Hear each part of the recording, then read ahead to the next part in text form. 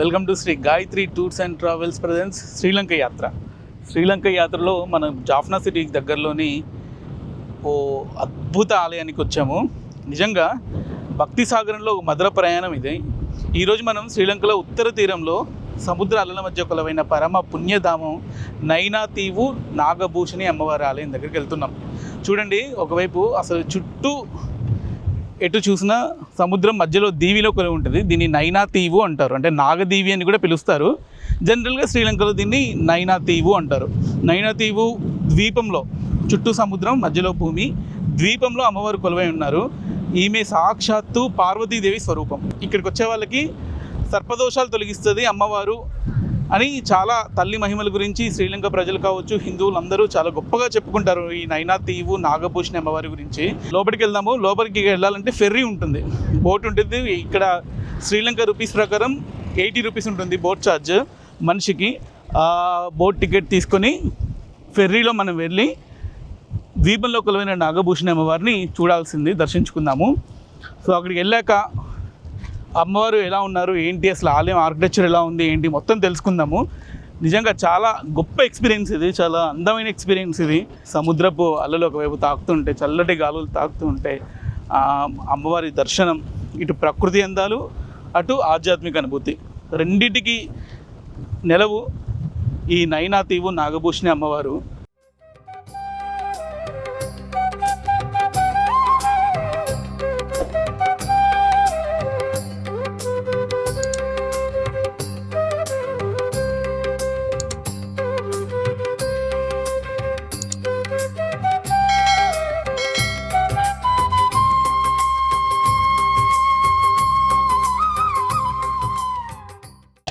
జాఫ్నా సమీపంలోని నైనాతీవు దీవిలో కొలువైన నాగభూషణి అమ్మవారిని చూడాలంటే ఫెర్రీ ఎక్కాలని ఇందాక మాట్లాడుకున్నాం కదా. ఇప్పుడు నేను అదే ఫెర్రీలో ఉన్నాను.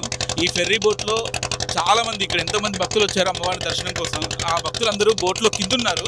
సో మేము కొంచెం పర్మిషన్ తీసుకొని పైకి వచ్చాము. ఇప్పుడు అమ్మవారిని చూడడానికి వెళ్తున్నాము. అది దూరంగా కనిపిస్తున్న గోపురాలు కనిపిస్తున్నాయి కదా, మీకు ఒకసారి చూడండి. అక్కడే ఆ ద్వీపంలోనే నాగద్వీపంలో మణిద్వీపం, ఏమైనా చెప్పుకోవచ్చు. అమ్మవారిని ఇక్కడ మణిద్వీపంలో కొలువైన శక్తిదాయనిగా కూడా కొలుస్తారు. నిజంగా ఆ మణిద్వీప వాసిని, మణిద్వీపంలో కొలువైన బంగారు తల్లిని చూడాలంటే ఇంత అద్భుతమైన ప్రయాణం, అందమైన ప్రయాణం చేస్తున్నామంటే చాలా మనసుకి చాలా ప్రశాంతంగా ఉంది. అసలు మాటల్లో వర్ణించలేము ఈ అనుభూతిని. ప్రతి ఒక్కరూ నిజంగా లైఫ్లో ఒక్కసారైనా ఎక్స్పీరియన్స్ చేయాల్సిన అద్భుత ప్రదేశం ఇది. ఈ నైనాతీవు అమ్మవారిని నిజంగా శ్రీలంకకి రండి. శ్రీలంకకి వచ్చి ఈ నైనాతీవులో జాఫ్నా సమీపంలోని నైనాతీవు దీవిలో ఉన్న ద్వీప వాసుని శ్రీ నాగభూషణి అమ్మవారిని చూడండి. చాలామందికి నమ్మకం ఇక్కడ సర్పదోషాలు అమ్మవారిని ఒక్కసారి దర్శిస్తే చాలు సర్పదోషాలు తొలగిపోతాయని చాలా ఫేమస్ ఇక్కడ. అందుకే ఇక్కడ తమిళ వాళ్ళు ఎక్కువగా, హిందువులు వస్తుంటారు, అమ్మవారిని దర్శించుకొని కలుస్తుంటారు.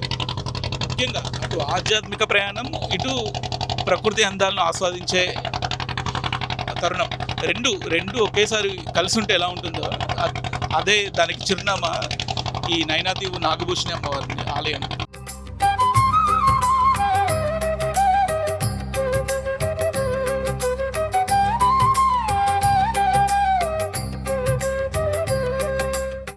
ఇప్పుడే ఫెర్రీ ద్వారా మనం అమ్మవారి ఆలయానికి చేరుకున్నాము.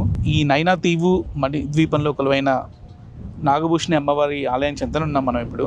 ఒక్కసారి నా వెనకాల ఉన్నది గోపురం, అలాగే మంచి శిల్పకళా సౌందర్యానికి మారుపేరుగా ఉంది ఈ ఆలయం.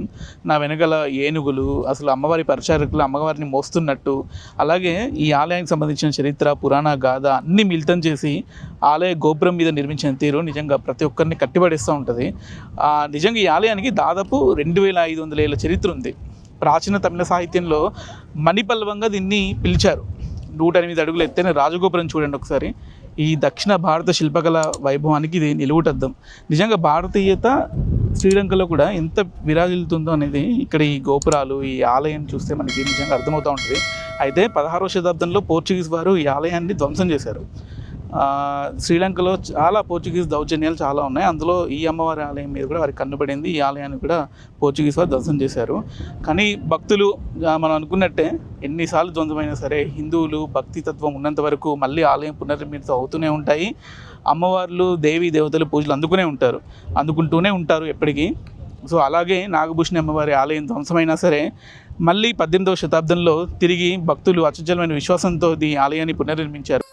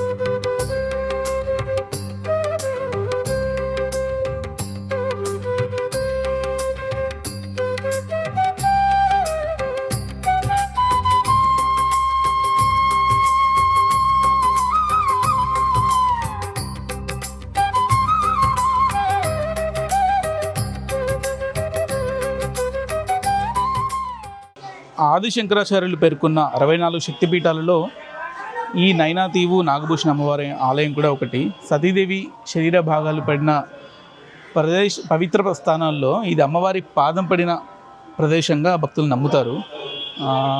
అంటే ఒకవైపు శక్తి క్షేత్రంగా, మరోవైపు భక్తుల్ని నిత్యం కాపాడే బంగారు తల్లిగా, మణిద్వీప వాసినిగా, అన్ని రకాలుగా ఈ నాగభూషణి అమ్మవారు భక్తుల్ని అనుగ్రహిస్తూనే ఉన్నారు. ఒక్కసారి చూడండి, అసలు మనం ఈ లోపలికి వచ్చాము, కాస్త ముందుకొచ్చి అడుగడుగున శిల్పకళ, ఎటువైపు చూసినా సరే అద్భుతమైన శిల్పాలు, అద్భుతమైన రమణీయత. మరెక్కడా కూడా అంటే ఎన్ని ఆలయాలు ఉన్నా దేనికదే ప్రత్యేకం అన్నట్టు ఈ ఆలయం మాత్రం దీనికి ఇదే ప్రత్యేకం. ఇలాంటి ఆలయం మరి ఎక్కడ ఉండకపోవచ్చేమో అన్నంత రీతిలో అద్భుతంగా ఉంది. ఎక్కడ చూసినా శిల్పాలు, చిత్రాలు. ఒక్కసారి పైన చూడండి.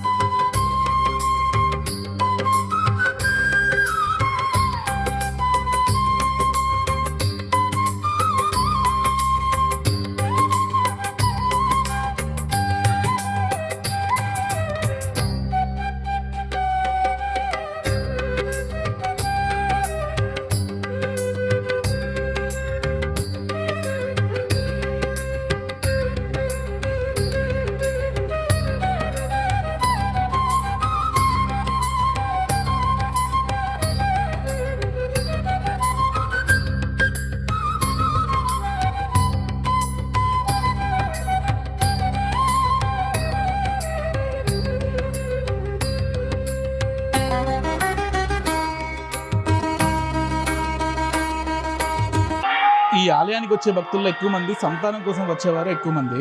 అమ్మవారికి తొట్టి కట్టి మొక్కుకుంటే తప్పక సంతానం కలుగుతుందని ఇక్కడి భక్తుల నమ్మకం. అలాగే రావుకే దోషాలు, గ్రహపరమైన దోషాలు, రాజశేఖర దోషాలు ఇలాంటివి ఏమైనా సరే ఇక్కడ ప్రత్యేక పూజలు నిర్వహిస్తే అమ్మవారు దాన్ని పరిహరిస్తుందని నమ్ముతూ ఉంటారు. అమ్మవారి గర్భాలయంలో అసలు వెలుగు చూస్తే చాలు మనసులో భయం పోతుందన్నది కూడా భక్తుల అచంచలమైన విశ్వాసం.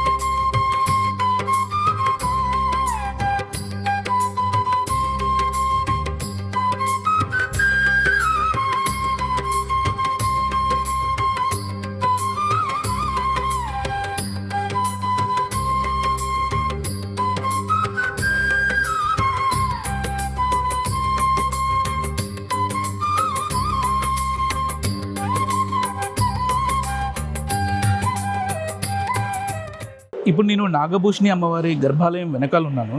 ఈ క్షేత్రం వెనుకున్న కథ గురించి మనం ఖచ్చితంగా చెప్పుకోవాలి. ఒకప్పుడు గరుత్మంతుడికి నాగరాజుకి మధ్య వైరం ఏర్పడిందంట, ఇద్దరి మధ్య గొడవైంది. అయితే అప్పుడు గరుత్మంతుడి మీద భయంతో నాగరాజు ఏం చేశాడంటే ఈ జాఫ్నా సమీపంలోని శ్రీలంకలోని ఈ ద్వీపంలోకి వచ్చి ఒక రాతిని చుట్టుకొని అమ్మవారిని ప్రార్థించాడంట. అప్పుడు గరుత్మంతుడు దాన్ని చంపడానికి వచ్చినప్పుడు అమ్మవారు ప్రత్యక్షమే వారిద్దరి మధ్య రాజీ కుదిరించిందని, సర్పానికి అభయం ఇచ్చిందని పురాణాలు చెప్తున్నాయి. అందుకే ఇక్కడ అమ్మవారిని నాగభూషణి అని పిలుస్తారు. నేటికి సముద్రంలో ఆ రాళ్ళని మనం చూడొచ్చు.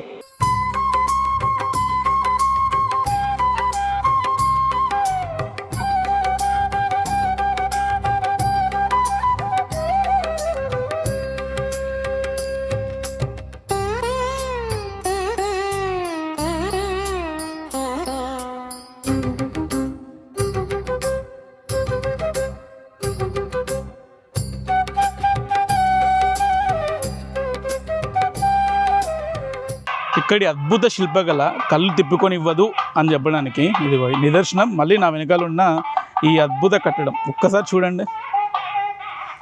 కింద చూస్తే తాబేలు, ఆ పైన సర్పం, ఆ పైన కైలాసాన్ని ఆనుకుని ఉన్న రావణుడు, అతని మీద సర్పం నీడలో శివలింగాన్ని ఆలింగనం చేసుకున్న పార్వతీదేవి. అసలు నిజంగా అద్భుతమైన శిల్పకళకి సొంతం ఈ నాగభూషణ అమ్మవారి ఆలయం. మనం ఇక్కడికి వస్తే నిజంగా మనం మైమర్చిపోతాం. ఈ శిల్పకళ చూసి నిజంగా చాలా మర్చిపోతాం. సముద్ర తీరంలో ఇసుక తిన్నెల్లో అసలు ఇలా కొలువైన అమ్మవారి ఆలయం నిజంగా అద్భుతమనే చెప్పాలి. క్షేత్రం వెనుక మరో పురాణ గాథ కూడా ఉంది. అదేంటంటే గౌతమ మహర్షి ఇచ్చిన శాపం వల్ల ఇంద్రుడికి ఒంటి నిండా జననాంగాలు వచ్చిన విషయం తెలిసిందే కదా. అయితే ఆ దోషాన్ని పోగొట్టుకోవడానికి ఇంద్రుడు ఇక్కడ ఏం చేశాడంటే అమ్మవారిని ఇక్కడ నైనాతీవు ద్వీపంలో అమ్మవారు ఉన్నారు అని తెలుసుకొని, అమ్మవారు మహిమాన్వితమైన అమ్మవారిని తెలుసుకొని ఇంద్రుడు ఇక్కడికి వచ్చి ఇక్కడ అమ్మవారి కోసమని తపస్సు చేశాడు.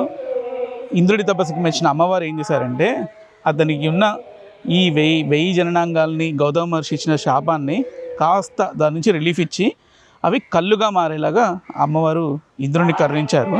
అలా ఇంద్రుడికి 1000 కళ్ళు వచ్చాయన్నమాట. ఆ సంఘటన జరిగింది ఈ నైనాతీవు ద్వీపంలోని ఈ నాగభూషణి అమ్మవారి ఆలయం చెంతనే అని భక్తులు నమ్ముతారు. అందుకే అమ్మవారిని ఇంద్రాణి అని పిలుస్తారు. ఇంద్రుడికి కళ్ళు ఇచ్చిన అమ్మవారు కాబట్టి ఇంద్రాణి అని పిలుస్తారు. అలాగే అమ్మవారిని భువనేశ్వరి అని కూడా పేరుంది అమ్మవారికి. అలాగే సముద్రంలో ఉండే గరుడన్ కల్, పాంబు సుట్రే కల్ అనే 2 రాళ్ళు ఉన్నాయి కదా, అవి మనం ఇందాక చెప్పుకున్న పాము చుట్టుకొని గరుత్మంతుడు భయపడి పాము చుట్టుకొని ఉందని చెప్పాం కదా, ఆ రాళ్ళు కూడా ఇప్పటికీ ఉన్నాయని సముద్రంలో చెప్తూ ఉంటారు.